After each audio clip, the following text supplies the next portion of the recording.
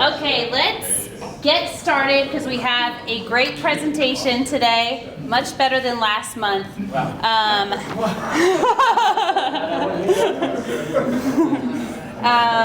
Okay, so first we have to say a huge thank you to our sponsors, Eric Oden and Shophouse Properties, for bringing probably the best food we've ever had at the group, bringing Panini Pete's, award-winning beignets. Be careful if you have to go to anything serious after this because of the mess, but super good. Eric, do you want to talk a little bit about that? Quick story. I just saw on Facebook, one of our new tenants is a small used appliance repair and sell shop. And he was so excited to put his vinyl lettering on the front of his unit. He made a Facebook reel. And his story was he was renting multiple self-storage units all over town to keep his inventory and running it out of his house. And it really was inefficient. So he got to roll it all into a showroom and a repair shop. And we roll the dice on some of these smaller operators. So that's what we found evolved into. We still get some residential leads. We're glad to share those with you when we get them. Because our call center is calling, trying to find more strip calls for us, but we do get house leads and we share those off with people. We don't do that anymore. But if you know somebody like retiring, has a small strip mall, small apartment complex, small flex industrial, within 4 hours, we're going to be able to really get by. Other than that, just glad to give back to the group. We get a ton out of it. Thank you so much, Eric. And then our other sponsor, Stephen Hines, our videographer. He does our videography for free every month, which is a huge lift if you know anything about video production and the editing process. And I appreciate it so much. Stephen does fantastic real estate photography, both still photography, drone photography, videography, the whole nine. I know that usually there's some other agents that have worked with Stephen in here that can attest to it, but he does all of our photography. He's amazing person, and we are just so thankful for you. You want to talk a little bit about iSky? Just a little Stephen? bit. You pretty much covered it all, but we do 90% of our work is real estate, and that keeps us pretty busy. This time of year, it kind of slows down, but we also do portraits and headshots. And we typically, for realtors, we do headshots for free, just in hopes of getting your business back. So if you need headshots, even if you're not a realtor, give me a call. I've gotten cards and flyers out here on the tables, so if anybody has anything, give me a call. Thank you. Thank you, Stephen. And you guys probably know this, but we do post all of our meetings on YouTube. So if you ever want to go back and something was said that was interesting, you want to go back to it, you can find all of our meetings are posted on YouTube. We have the QR codes for all of our past videos. I mean, now this is like the running list since we've been doing this for a little while, but you can go back and watch all the videos. Thank you to Stephen. And finally, I am so excited to introduce Derek and Dave, who flew in all the way from Chicago to come talk to us today. These guys are the systems effect and the systems experts. And my team, we've been working with these guys for about a year now. We spent all day yesterday working on improving our systems and processes and trying to add tech, streamline, add efficiency, add automation. It's helped us so much as our business has grown and scaled to try to keep everything organized and on track. These guys are the best of the best, and they work with a lot of different types of businesses, but I would say a lot of 50% different types of real estate companies. So if you are in that situation where you're, growing your business or even just wanting to add more really good systems and processes into your business, you're gonna see, like, these guys know what they're talking about, super smart, and I'm just so grateful that you came all the way from Chicago to come talk to our group today. Sorry, I'm so sorry, guys. Okay, so usually we do a quick around the room so you know who's in the room and what everybody does. So you all know me, Lauren McGraw, run an investor-focused real estate team here and small investment firm that focuses on rentals and rent-to-own, and I run this group. So I'll let you guys, do you want to introduce yourselves probably when you talk? Yeah, that's fine. Okay, let's go to Cam. Right, stand up. So, my name is Cameron Warren. My name is Cameron Warren. I used to go by Cam. Really get called Cam, I'm in trouble. So, I live in Birmingham. I'm a realtor on Moore's team. So it's a lot of fun. And also, appreciate you for bringing the food. And if you can track down who's the exact person that made mine, tell them I said thank you. I didn't know what this was before you brought it in. I need to stop by. I'll let them know. Hi, Kenneth Carter. I'm in the Gulf Shore area. I'm a painter, so I do a lot of painting stuff, but I'm transitioning over to investment, so that's why I'm in the game. So. Eric, shop house. I'm Kelly Petrie. I'm a realtor at Catapult Properties. I do single-family residential, but also personally, my husband and I flip properties. We're mostly looking for single-family residential, and we just do that one thing right now is individual flips. We don't buy and hold right now. Michael Maxey, I'm a local realtor. I've lived in the area for 25 plus years. I currently work for Revitalize Realty doing business development, and we are a full service property management company with a focus on long-term rentals. We're super investor heavy with who puts their properties with us, and we manage them for a flat fee of $129 a month. And we try to make it a passive, hands-off experience for you, just so you can help, so you can work on growing your skills and properties up and not be locked out. I'm Ken Wright. I'm originally from Cody, Wyoming. I just got here in town doing the first property. Me and a business partner of mine, we buy rental properties and do long-term holds for cash flow and equity. Thanks for helping us find our first deal. It's a great project. We made a great deal, so we're excited to finish it off. Hell yeah. Hi, Robert Nelson, with Trinity Capital Ventures.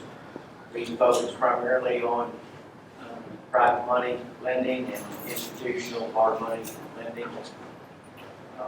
Also venturing out into some investing and development projects as well.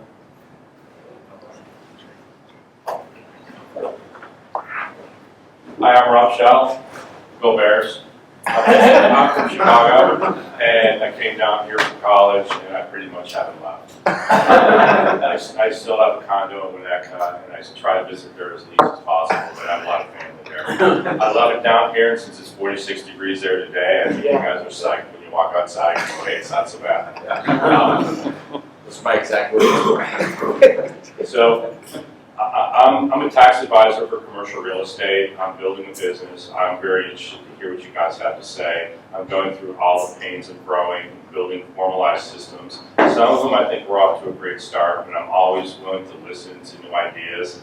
And I think this is very opportune that I'm sitting here in this room right now, hoping to get some nuggets out of you. We should definitely connect afterwards. We work nationally with smaller investors and the largest towers, the largest shopping centers, the biggest medical facilities, big multifamily, big self-storage. We're doing a ton of work on the Gulf Coast with short-term rentals that are, the transaction prices are anywhere from $800,000 to $10 million, with probably a sweet spot of about $3 to $4 million. We're doing 2 to 3 deals a week in that range for tax services and strategies. And we're starting to build a business where it's becoming overwhelming. It's like so good that I'm complaining. So I need your help. Thanks. Hi, I'm Shelby Mancuso. Me and my husband, we invest in long-term and short-term rentals, and then we also just bought a glass business in Foley. So if you have any glass needs or anything, we can pretty much do it all. But we did buy a business that is pretty much operating with no technology, no systems in place whatsoever. So that's something we've been working on for the last month and a half, and so I'm excited to see what you guys have to say about that as well. So. I'm John Howell. I'm a meteorologist with the National Weather Service, so you can thank me for the nice weather. And I'm kind of getting closer to retirement, so this will be my second chapter. It's real estate investing and looking to just kind of build a small, mighty network, a couple doors, and hope to kind of focus. My son's about to head off to Auburn for college, so that's going to be where I'm going to take my first shot. So if you know about anybody in Auburn, know about the real estate in that area, let me know. Let's talk. Thanks again. Craig Daniel, I'm an investor. I focus mostly on short term. And if anyone knows of a lot in Baldwin County that can do like an Airbnb, I'm looking to buy one. I'm remodeling the trolley. I also need some windows fixed in my trolley. So but yeah, just investor. Dustin Patterson, buy and hold and fix it. Jesse Herfel, originally from Arizona, moved to Gulf Shores about a year ago now already, and we office in Orange Beach. Complete Cash Offers is the name of our company, and we wholesale, fix and flip, and buy and hold. Awesome. Let's go ahead. Yep, All right. let's do it. Thank you everybody for those great introductions. That was super helpful to know where everyone's at. So yeah, we're just excited to be able to provide some value. We've been doing this for about 5 years, so we've seen a lot here and there. Everyone's been pretty different. We, like Mara said, over our tenure, the customer base has been about 50% real estate investors. So we've seen, solopreneurs, some like yourselves, and then all the way up to, got the top dogs that they just, how did they get there? So nobody knows sometimes. So it's like, it can seem intimidating. But yeah, so I'm a husband. I've been married for 5 years, father of 2. And so this is a big purpose of ours, and we're super excited to be able to share it with you guys. So yeah, David, introduce yourself. Yeah, my name's David Cowling. We grew up together. If you mistake Derek for David, it happens all the time and has happened forever. We both are married, both have 2 kids, so a lot of similarities. We're wearing the same shirt. Black pants, yeah. Yeah, we've been doing this. It's been really cool. One thing is just we kind of got a crash course in a lot, especially real estate, because that's where most of our client bases come. But because we've gotten to see so many things, we're able to hopefully add a little specific value there based on what we've seen work and occasionally what we've seen not work so well. Yeah, excited to get into it. Exactly. Because again, for us, business is really just people doing steps. And it's either you doing those steps or other people doing those steps. And it's like, well, if we want to grow, how many more steps can we do at a time? And so for us, our goal is to make that easier to be able to either delegate, scale up, right? Because if it is easier, it's easier to give to other people. Hiring becomes a whole new ball game, and then you just continue to grow from there. So yeah, excited to go over this. But first, the usual story of a real estate investor. So you might relate with some of these items, and if you don't, congratulations, that's great. But usually, as people are getting started, it can almost just feel like you're deal seeking. You're just like a missile right after that next deal, and it is, it's a hustle, it's a grind. And so again, for us, like changing that idea of being a real estate investor to I want to be a business owner and be running a business is very important. And so usually that's where our focuses have to shift from being that deal seeking machine to that business owner and manager. So it's a lot of mindset shifts, it's a lot of knowledge and values, and it's also experimenting and being able to implement. So of course, it's not going to happen overnight, but it is a start. So again, you might maybe have felt a lot of chaos through a lot of transactions, no matter whether that's finding new deals, getting them to close, praying to God that they do close, and you walk away with some money. Yeah, that's a big one. And then again, you might feel like you have no process. A lot of things are coming off of intuition. Maybe it's a very emotional setting to where, the highs and lows, right? And the highs are great, but the lows, they tear you down and lose years off your life. But ultimately, what we really want to push into is undefined investing purpose. A lot of you people have, talked about you're retiring or you're just that next chapter, figuring out what you're going to be doing. And the biggest piece is why, right? Because no matter what you do, the improvements here need to be backed by a purpose or they will fall out. They will die out. So yeah, wanted to frame that there to make sure everyone is. Anybody relate with those? Is that pretty common? Like, we're all here today? Because if we're not, we'll just go ahead and get in the car and go. But yeah, so based off what we've seen, we kind of just put together 4 simple things that we know from the best operators what they're doing. the first thing that any new investor should do is know their buy box. That's real simple. We'll get into that in just a second. They need to know their strategy, right? You can't do every strategy under the sun all at once at a low volume and expect that to go well, because you need to be able to master some. So know what you're intentionally looking for and going after. It makes the goal and that deal seeking a little bit easier. And then now, once we've figured those two out, we can start applying a business structure to investing. And that's what we'll mainly be talking about, and being able to systemize each factor of your business. Because usually what we think of is, I get deals and I make money. Well, it's like, well, let's go over the progression of how you actually got there. And so you can actually predict and make things consistent. That's really the only way that you'll be able to actually grow a business and maybe month to month see consistency. And it's not just a tsunami wave one month and then, dried shores the next. So, yeah, go ahead. See, a lot of times, especially with investing, it just kind of leans into this. But it's just one person getting after it, hustling, making it happen. What am I going to do with this property after I get it under contract? Kind of depends on how I'm feeling that day, what article I read last night, or what video I saw. And it's pretty haphazard, and you end up creating a new process for yourself every day. And that's not super sustainable for most people. There's a few people that just love the chaos, and they like breaking things and making them new all the time. If that's you, that's okay. But it's not scalable, right? When it's just, I'm going to figure out what's going to happen. I'm kind of, let's try this time, right? Unless you're going to be the one figuring it out, reinventing the process every single day, you're not going to be able to hand that off to somebody else. Because when somebody else does it, they're going to make a random decision, and you're probably not going to like that decision. And then it's like, well, what'd you do that for? It's like, well, I just did what I thought you wanted. So we want to get into, how do you structure that? How can you make it repeatable so that you can make it scalable? And if you want to, when I say scalable, I should emphasize, I don't necessarily mean going to this massive size. Not everyone needs to go to whatever that number is for you. But we do want to make it so you don't have to put in every waking moment. If you want to, fantastic, do it, that's great. If you don't want to, we want to give you the opportunity, as people end up, they start this company and then they really just work themselves into a job. All right, it's where, you bring on a little bit of help, and now I just have to go absolutely crazy to make sure everyone else is provided for. And that's not a super fun place to be. So we want to get into, how do you structure that, how can you get out of that place? Yeah, absolutely. All right, so how many people want deals to just fall on their lap? Got a couple of hands. All right, great. So obviously we're here with Mara. We highly recommend that if you haven't, either identified what your buy box is, or communicated what your buy box is. A lot of people stood up and talked about, hey, this is the kind of deal I'm looking for, or what help I need. So go ahead and scan this QR code real quick, and it's like 6 questions.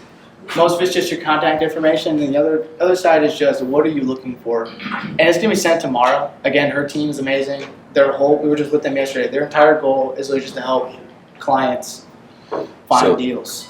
Yeah, when we were at Collective Genius 3 weeks ago, I think.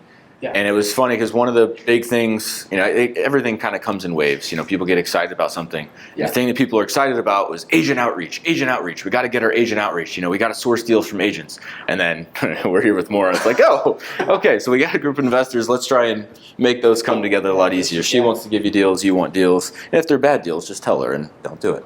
Fire me. Yeah, so if you have any problems with that, again, you don't have to submit a form. You can, again, just talk to Mark. But I just wanted to throw that in there.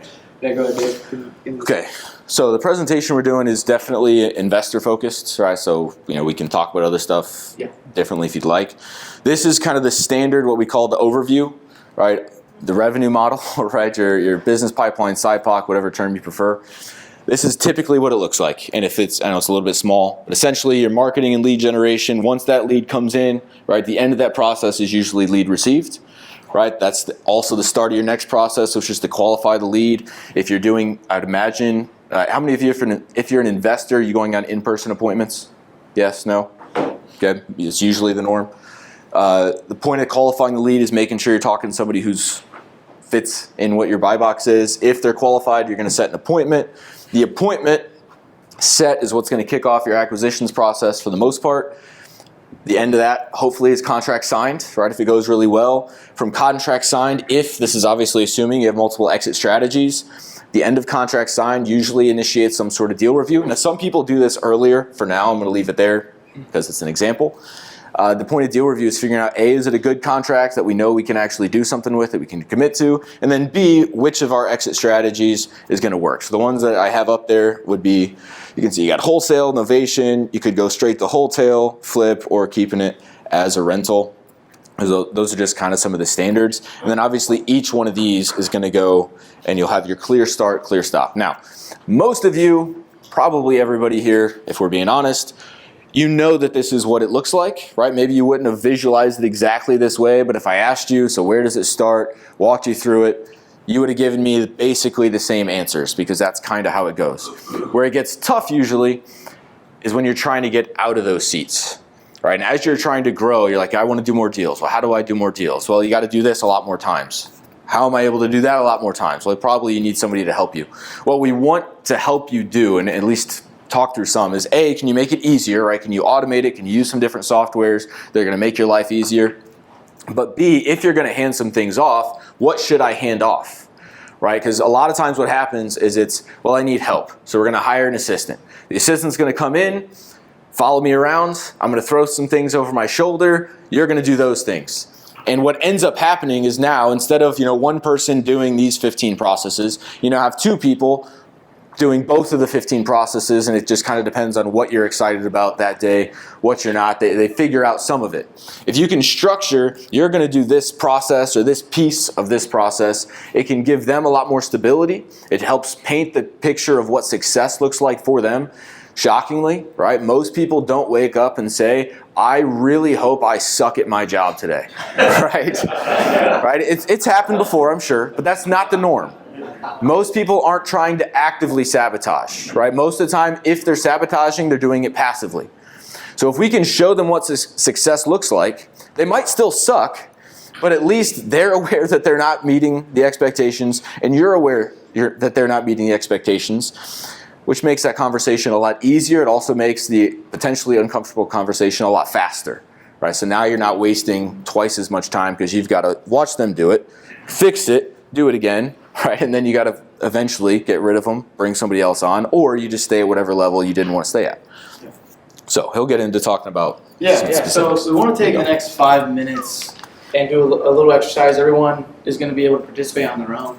The idea of what we fundamentally provide in value to our clients is we get them to take everything in their head, write it out on paper, and just stare at it and be like, is this good? Is this right? Like, is this what you actually should be doing or what your team should be doing? And so it's almost a form of self-auditing, but then it also baselines your beginning to improve, right? And so that's where, whatever you have, a pen, paper, or your notes on your phone, it could be vertical, it doesn't have to be a flow chart by any means. But we want you to start identifying, okay, we have this marketing box, right? Like, on this process sheet, what is marketing for you? Are you driving for dollars with Deal Machine? Are you getting, ads? Do you have data coming in that you're doing direct mail? Whatever it could be. Maybe you just say, what the last 60 days, 90 days, how did you get deals? That would be what marketing would be. So we want to start writing some things out is like, what did we do for marketing? How did we do this? Why are we doing that certain form of marketing? Maybe who's doing marketing? And I'll go back to the slide before this, but we need to break down each section. So instead of maybe doing qualifying lead, acquisitions, deal review, you could just call it marketing, acquisitions, underwriting. That's fine too. And then decide what strategies are you actually doing. Again, we need you to then begin to dissect each piece of your business so you can start to look at what's not working, what is working, and can we expand upon that, and what could be improved, right? Like, where are your ideas to improve? You maybe just need to implement and focus on implementing. So yeah, let's just take 5. Anybody have any questions on this, on how to write this down themselves, what they would put into it in each category, each box? Any questions at all? We want to open it up real quick and go into. I'll throw it to start. You want to focus on revenue generating activities first. Right, so you don't want to start this out with hire a new person. Here's my hiring process, onboarding process. That needs to happen, but that'll come later. We need to know what we're hiring for. So basically, how do you interact with the lead? How do you bring them in? That's going to be the first step. Then what does it look like for them as they go with you through the process? If you're an investor, probably looks something similar to this. Update it with your own terminology, that's fine. You're not an investor, it's going to look a little bit different, right? There's some similarities because it's probably still marketing, some form of sales, maybe onboarding for clients, and then into your standard operations. But let's give it a shot. Doesn't need to be perfect. We'll offer, so you'll see the link later. We're doing it, it says on there free consultation. Now, a lot of times free consultation means you are going to get to attend our sales call for free. That's not what the link is for. Or it's not going to be no pitch on the consultation. So if you just get a rough draft out there, then that's something that when we do meet, if that's something you want to do, we'll help you dial that in and just add a little bit more structure. Again, you don't have to meet with us. If you do, we're just going to try and help out a little more to follow up on this stuff because everyone's different. Yeah, well, it's just frustrating when you go out and everyone's like, "Oh, that's so great," and then nothing ever happens with it. So we're going to offer a little bit of follow up so you can implement. Yeah. Anybody still need us up? Because we'll continue on to the next one. Did anybody actually write down a little bit about their? Okay, all right. We got some participators. Perfect. All right. So now that we start essentially dissecting our business, we're writing things down because again, if you want something to improve, you have to be able to visualize it and actually execute on those visualizations. So there's two main graphics we'll put up.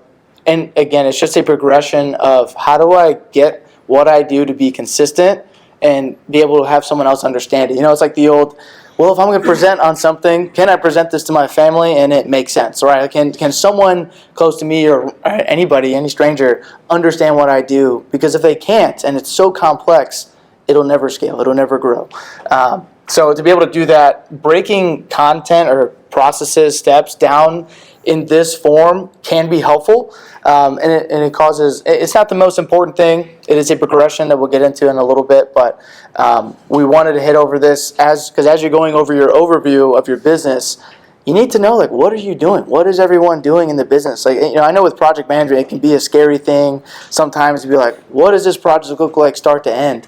And if you're not writing it down and you're not auditing the different steps that you're taking, and what is a project, right? It's just a list of steps. What is a business? Again, just a list of steps. And so that's why, again, it's like the non-sexy version of business improvement. It is like the Stairmaster of business, but it is extremely important. It's very effective. So, we'll go on to the next slide. Go from there. Yeah, so this is kind of the way that it should go. Now, it shouldn't necessarily go 1 to 6 within the next month, right? It takes a long time, but that's kind of the top end of the operators that we've worked with are there. Mm-hmm. A lot of people are here, but it does, for the most part, need to go in this order. All right, so the first one we have is document and analyze your processes, right? That's, by our definitions, the terminology we use. Process is what you do.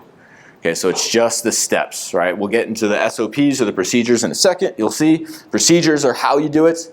But at first, you just need to be able to tell somebody, what are you actually doing? What's the purpose? All the different adverb steps that he talked about a second ago, that's what we just need to give a brief description of. All right, so document your processes and then analyze. So it's not just, it's so often when we're meeting with somebody, we'll do the whole workflow thing, we'll throw it out on the screen, and it's evident as somebody's giving it to us before we have to say anything, they'll see, okay, so that's wrong, why am I doing the same step 3 times? Why are we going back and forth a bunch of times? It, most of the time, doesn't take a genius to solve most of the problems. It's just a matter of actually throwing it out there where you can see it, right? And then saying, okay, well, obviously we don't want to do that 4 different times with 3 different people. Let's condense that. You've already started to improve your process, right? It's not always a very difficult thing. There's some complex issues. Most of them aren't. All right, so to start with, just throw out, what am I expecting somebody else to do? Let's take a look at that. Is that actually what I want them to do? Or if they came in and started doing this, would I be a little upset and a little frustrated that I'm wasting money paying them to do this thing? All right, so we want to analyze it to find out how we can make that a little bit better. All right, next, we want to make those processes repeatable. Okay, so a very common one that I'll cherry pick for a little bit is the underwriting process, right? When you're deciding how much is this property worth, what exit do I think should happen? That's one that I hear all the time is impossible to systemize, right? It's just I just know the market, right? It's case by case. It's my intuition. It's my gut. And like, sure, but what is your intuition, right? Your intuition, right, scientifically, is just your mind taking in a lot of different data points, using them very quickly, faster than you recognize, and making a decision. So if you can identify what are those data points, you can start to systemize what that is. Doesn't mean you can never trust your gut again. Doesn't mean you have to eliminate your intuition. What I want to do is help you capture that so you can give it to somebody else and have them do it 80% as good as you, right? So you can get out of that seat. So with underwriting specifically, yes, it's a very important one. That's a hard one to systemize. I wouldn't start there, right? I'd start on like lead management or marketing. But as you go through, we need to be able to make it repeatable. And if you just say, well, it depends. It's like, okay, depends on what? What are the main factors? All right, here, okay, it's these three. Okay, so if this first one happens, then what? Right, and we can break that down. Obviously, I'm biased to process maps. That's what I do most of the week. But whatever format you do it in, you need to make it repeatable. You need to be able to give somebody else the process and say, you would do the exact same thing as me because I just showed you what I would do. Right, it needs to be repeatable. Once that's done, then you want to jump to implementing software workflows. All right, if you haven't done these, you're probably just going to get really frustrated when you go to there, right? Because I got to laugh. Okay, if you've ever messed with software, how many of you like building out softwares or CRMs? Okay, no hands get up. That's about normal, right? Maybe sometimes we have like a couple. But no one really likes it. Different question. How many of you like moving CRMs or going from one software and moving over to the next? Right, we never get any hands on that one because it's not fun at all. If you start here and then you go through and you rebuild your process and change it all, you're just signing yourself up to do this all over again. Or you're going to figure out a better process, put somebody else into your software, they're going to follow the old process that you didn't like. Right, so it's very important that you figure out what needs to be done, make it as good as you can for now, right? Make sure it's repeatable, then let's put it into the software. Because if it's not repeatable, the software is not really going to help you with anything. You're just going to build a new workflow every single time. Once we get it implemented into the software, right? Now if this one for whatever reason is not something you're able to do right now, whether it's a cost issue, time issue, whatever, you can try to do some metrics. The reason we have applying metrics next after the software is because pulling metrics is a lot easier if it's in the software. It makes that much more fun. Some people really love spreadsheets. Spreadsheets are great for certain things, but if every single KPI in your business is manually uploaded by every single team member, the odds that they are accurate and done routinely drop precipitously, right? It's probably not going to happen, which means you're not really using metrics, which means you're flying blind on all your projections.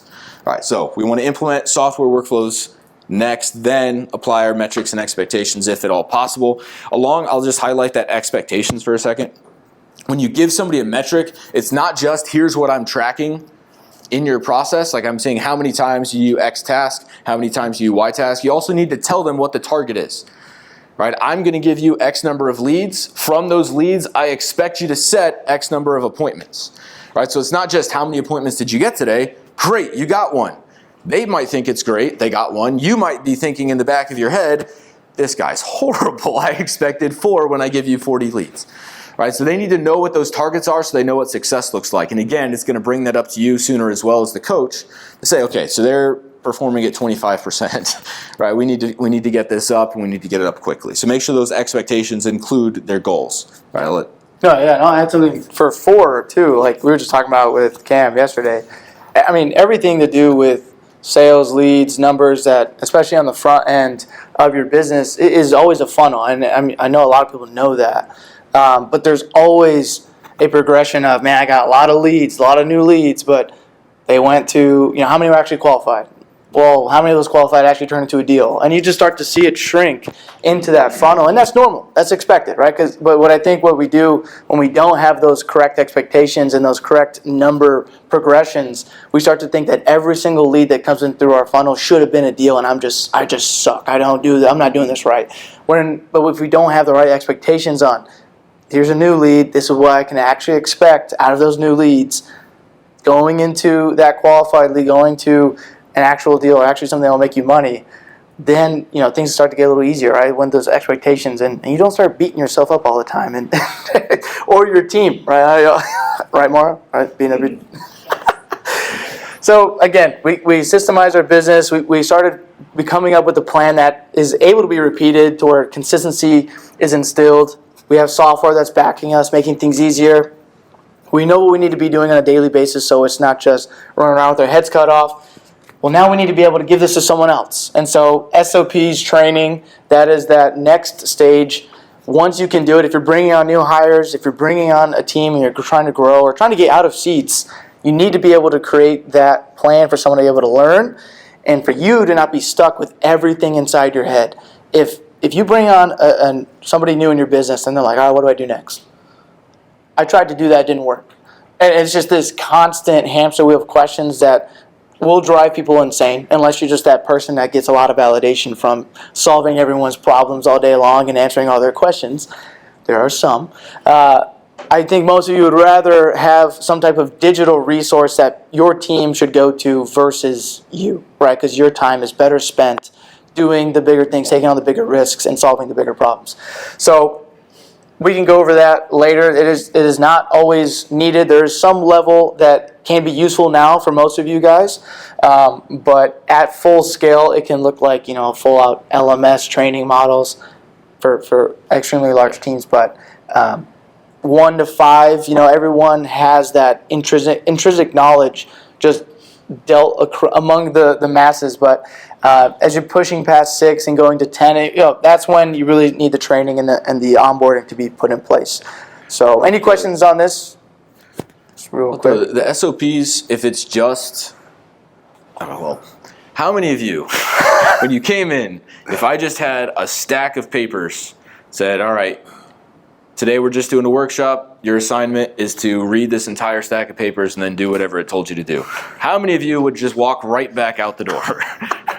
Okay, so when you hire somebody, you say, here's a stack of papers, read these 80 pages, let me know when you're done, and then you're going to go on to whatever it is you're supposed to be doing.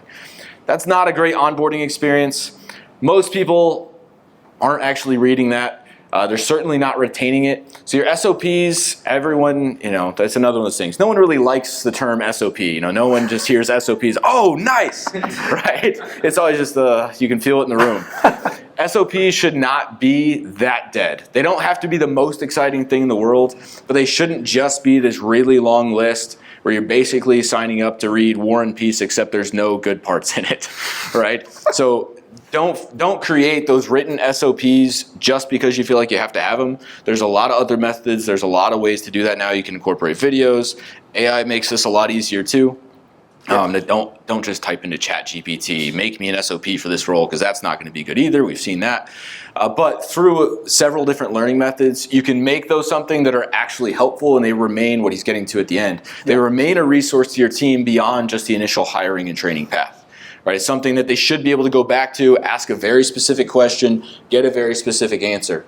Right? And then if they don't get the answer from your SOP, that lets you know you have a hole in your SOP, so you can create a little feedback loop in, so now you know what to address for the next time.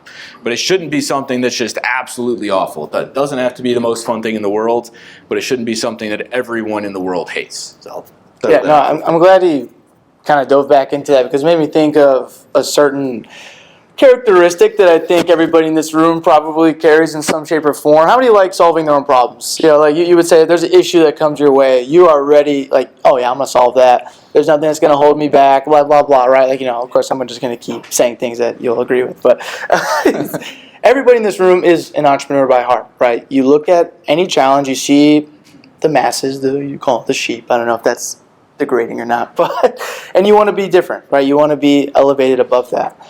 Well, if you hired a whole entire team of entrepreneurs, what is going to happen? Most of the time, there's a lot of splits, a lot of business breakdown because everybody wants to do their own thing. Well, good for you. A majority of this world is not an entrepreneur. They want to be employees. They want to work for someone. They want to be directed and given guidance. And so it is foolish of you to assume that everyone can be just that go-getter, that problem solver, when they just want to work for an hourly wage. That's all they care about. And so as you're growing a team, don't look at SOPs or training as I hate that. Of course you hate it, because you'll never look at an SOP or training. Just you wouldn't follow it. Yeah, you wouldn't do it yourself. So of course you're going to naturally hate it. But because you haven't hated it, you've built all this knowledge that you just need to be able to share. So it is just a bridge of information that you can share with your employees, because that is what they're looking for. They're looking for documented guidance so they don't have to keep bothering you and feel like they know nothing and show their cards on, I'm an idiot. And so, again, that is another way to look at it as you are growing and trying to build a team because, personalities drive everything. So we'll leave you with a statement. The sliding scale of success is based on the intentionality you put into each day. So if you are able to truly look at your business with intentionality in every area that you do, you don't just say, I'm an investor, I'm just looking for a couple deals. Maybe you are, right? Maybe you have an extremely busy life, but you've been intentional with that. So of course you want to do something on the side. But most people in this room are looking to do this at scale. Intentionality with how you are doing things, what you are doing, and essentially that intentionality gets rid of the wasted time. So take this seriously. It will benefit you for the long run. And so now our last segment is going to be a bunch of software suggestions. We do not want this to overwhelm anybody. It is just more of ideas. If you've been like, man, I need some help with this, maybe look that one up. Don't write all of these down and research all of them. But if you did, I'd be extremely proud. So that means that we were intentional and spent good time. So software suggestions. If you are in need of data, some good ones that we've seen other teams use are 80/20 REI and Audantic. We threw PropStream in there just in case for some reason you haven't heard of PropStream. But 80/20 REI and Audantic are great data providers. I mentioned with all, just caveat, with all data, it is location specific. Yes. Right. So we have people who absolutely love them and hate them, and we have the reverse, and same with PropStream and any other data source. So you do want to check for your location what's going to be the right for you, or even for your specific niche. But these are big dogs. If you're looking to just have data done for you, again, everything that we've seen has been through this real estate mastermind. About I don't know how many investors are in there right now. At least, in Select alone, and then they have Premier, So those guys are using this, right? It works. Next thing is obviously local realtors. We have some bunch of realtors in the room, of course. So again, send them your buy box. That has been the biggest uptake in just effort in transactions. Is because you look at your common person looking to sell their house. What do they immediately go to for trust? It is usually some type of brokerage and realtor. But they don't have a house to sell on the market, even though I'm sure some realtors are like, nah, let's get it on the MLS, let's get it on there. So again, but it does happen, like a lot of referrals. Deal machine for driving for dollars, that's an easy one if that's what you like to do. We actually have one client, she's just looking to hire drivers that just do driver dollars. Direct mail, good ones are Direct One, REI Print Mail, Yellow Letter HQ, simple stuff. That has been probably the biggest uptake too in just getting inbound leads. Is direct mail. It is still alive. We've seen a lot of it. Paper lead, motivated leads, proper leads, lead Zolo. It's Zolo, right? Yeah. So if you're looking to just kind of get someone else market for you, you kind of pay for that lead and you can get a shot at it, then great. I know they do have some good refund processes as well. And then, of course, don't forget about your local ads like radio, TV. If you're taking this and it's like, okay, I already do this, maybe I'm going to look at somebody else, that's great. If you're going to, any time, whether it's now or later, if you're going to start a new channel, make sure you have in mind, what is the interaction going to be?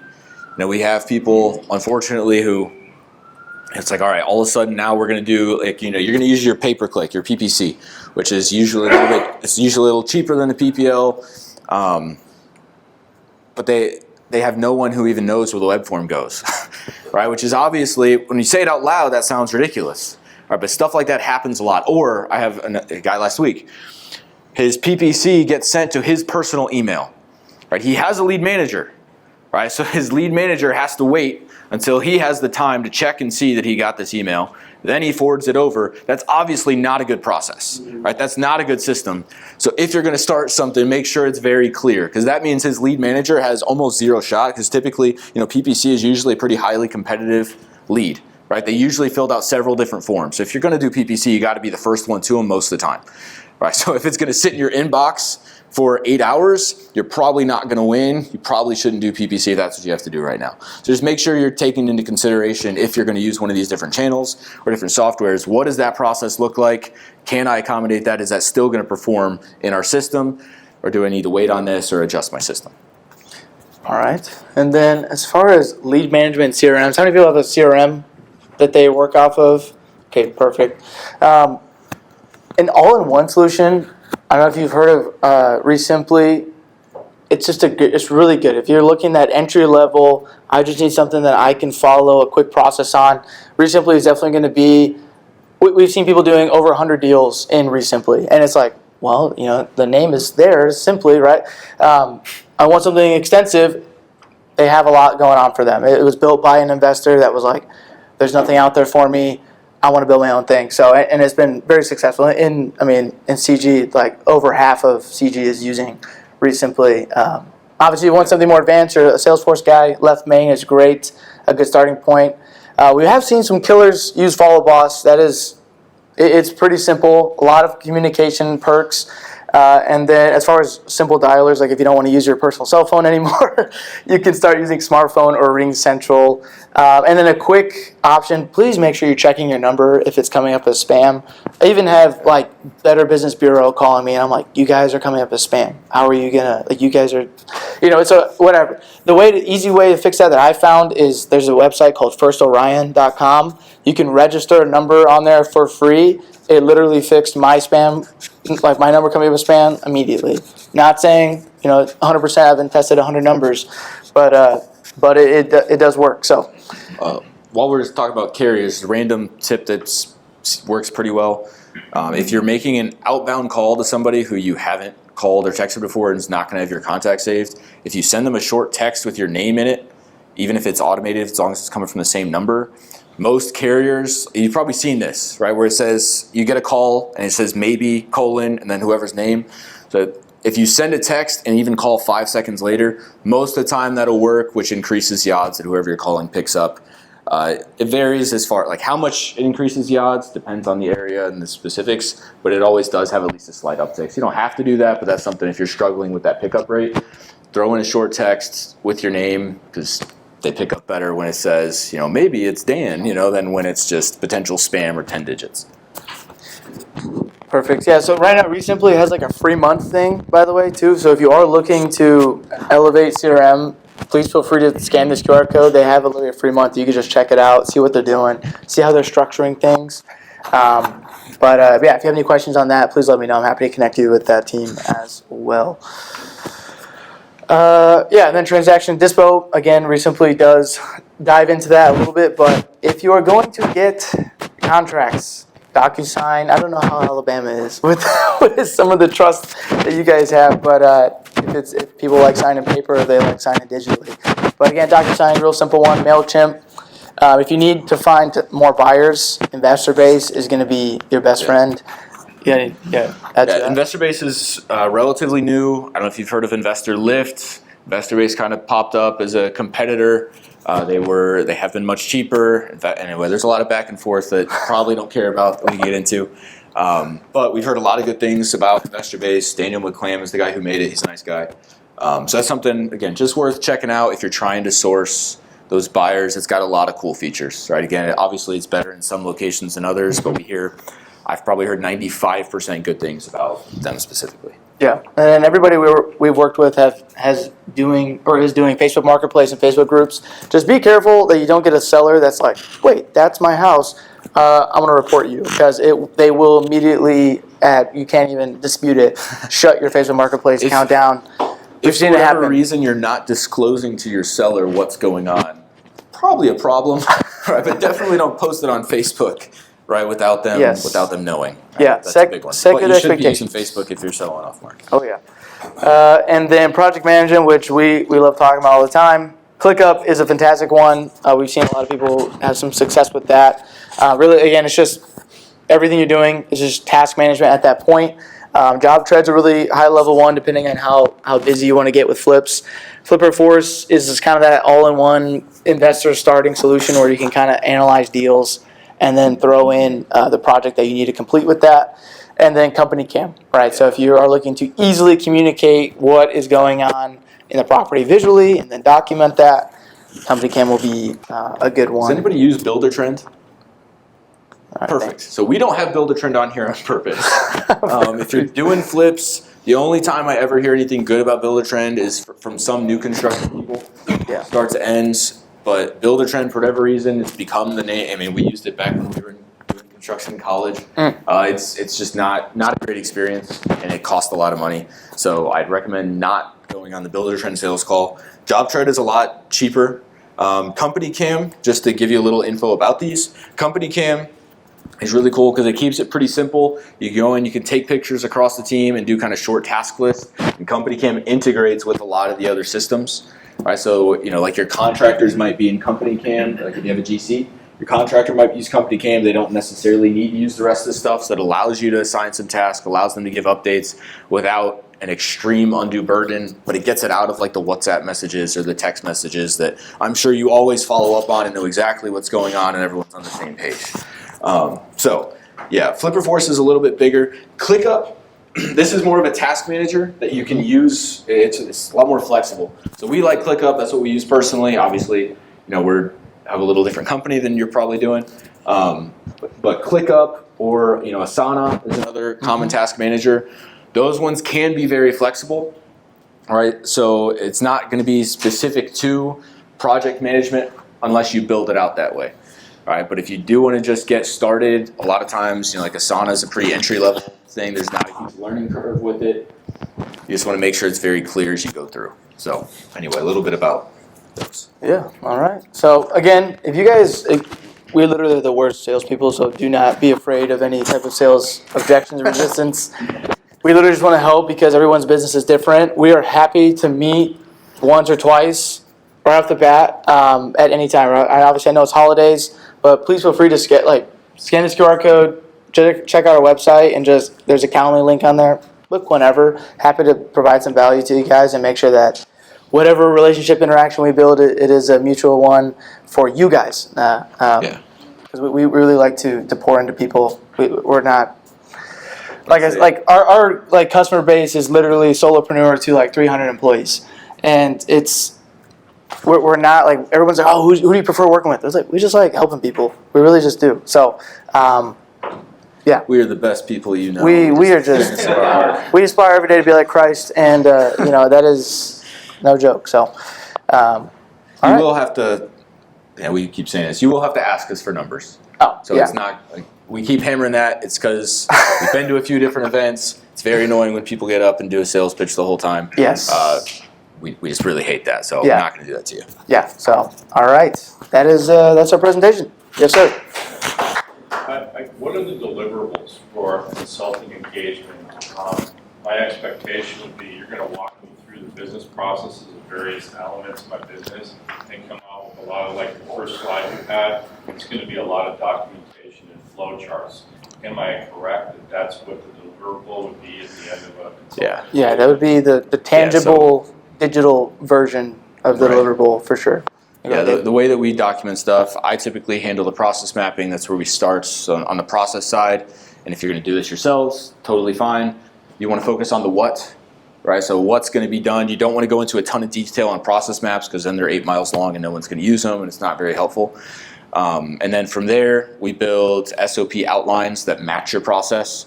Part of the process mapping includes identifying the role that's responsible for each step, as well as any approvals and decisions that go along.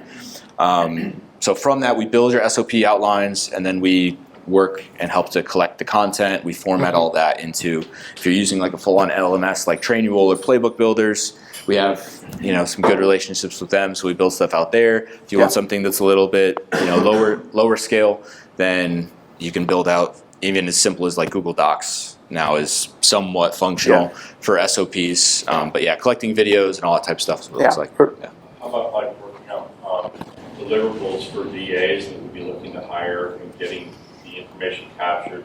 Yes. Those people to be successful working for our company. Yeah, it's the same process. Yeah, we essentially want you guys to feel like your business is easily communicated to anybody, whether they're already on the team, and that's resetting expectations, making sure that what you need them to do is being followed and implemented. Obviously, there's a more like intense setup that you're needing, like whether that's some software support, either it's us or connections that we'll make. But then the ultimate goal is that you should be able to bring on any type of new hire. They completely understand what they're supposed to be doing, their roles, expectations. Everybody's clear on it. They can learn and then start applying what they found and learn into the business, and they're not just doing their own thing. They're not, and so we want you to have confidence in your team, complete clarity, alignment around what everyone's doing and how they're doing it. So yeah, it's a document. There's that essentially build out phase of what is this business doing? Where's all the knowledge and content that might be living up in the different subject matter experts' brains, getting that communicated to everyone, and then making sure that we can go from there on implementing it. So yeah. Cool. All right. What are some of the biggest misconceptions you see solopreneurs and early entrepreneurs have about running their business? No one else can do what I do. Yeah, that's a big one. And then they start to align with that. It's two main things, like the hustle culture side of things, which is, of course, we want to work hard. But then because of that, they think that they thrive in chaos, when really that's just meaning that they're leaving a lot of things unchecked. And there's no balances checked, and then issues come up, and they're like, "Oh, that's just the entrepreneur lifestyle," and it's like, "No, that's you. You are the fundamental problem there." So yeah, like being disorganized. Exactly. Don't find validation in being disorganized. Like, just take that extra minute, that extra. Sometimes it might feel like it might take an hour a week to make sure everything is all your ducks in a row, but it'll help you prevent a lot of problems. We have one girl right now that's just all she does. She's like, I'm just so busy. I have to do everything. It's like, well, no, you don't. You just need to meet with your team every morning and talk. And she's like, this has been so much better. You're like, yeah, that was one fix. It was you frustrating and overwhelming your team. So that's another. Your identity becomes the problem solver. Yeah. So then you have to solve every problem, and you train all your people. They have to come to you with every single problem. And then you that's create how you the feel good at night. Yeah. And then you make problems so you can solve them, so you feel good that night.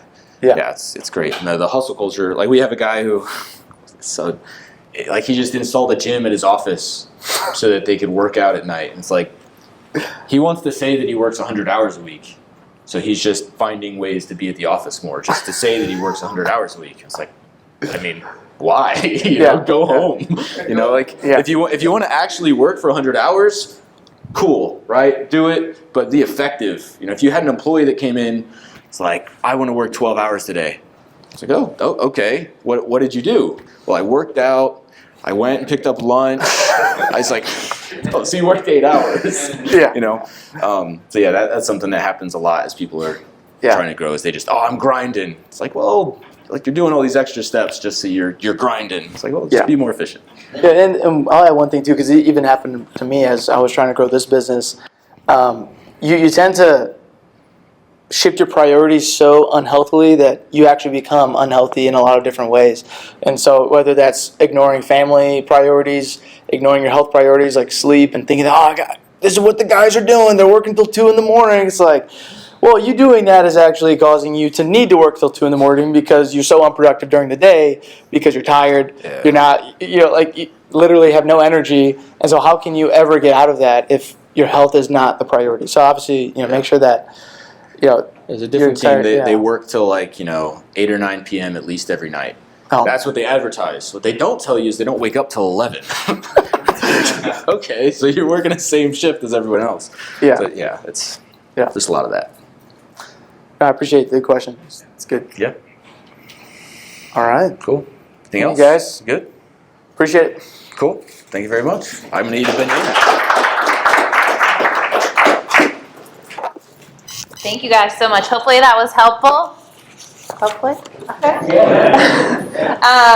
All right. This is our last meeting of the year. It's been a great year. Hopefully some of you have been able to come to a few of these, and they have been helpful and useful. I've been blown away by all the presenters that have come this year, all the people that continue to come every month. So I'm so grateful. Robert, most of you have met Robert now, but he has volunteered to jump on the grenade and help me make next year even better than this year.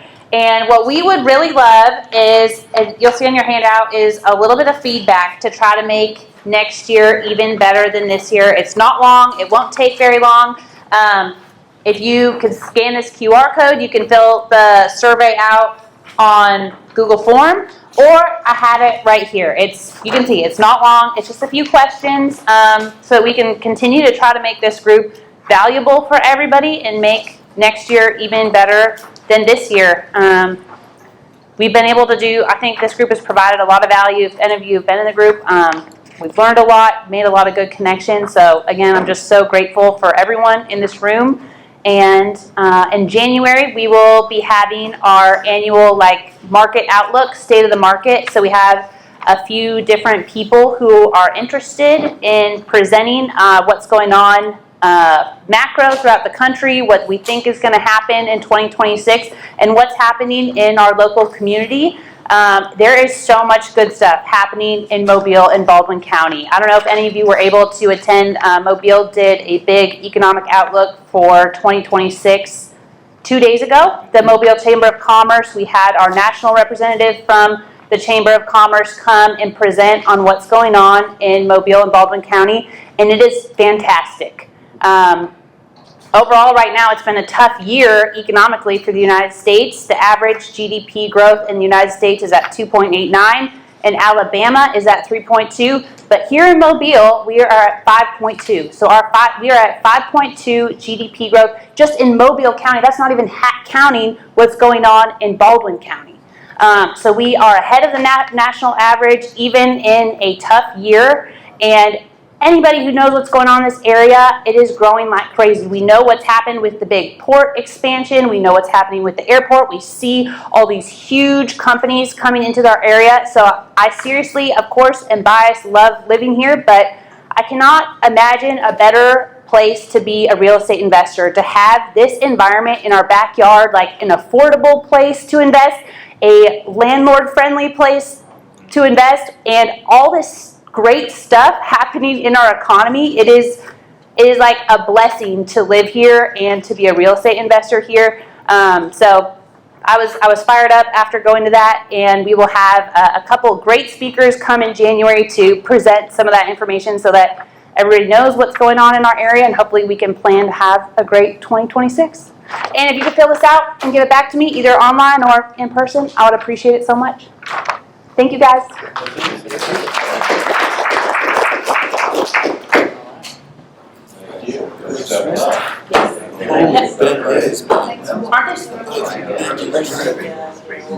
I've been able to fill out for a long time.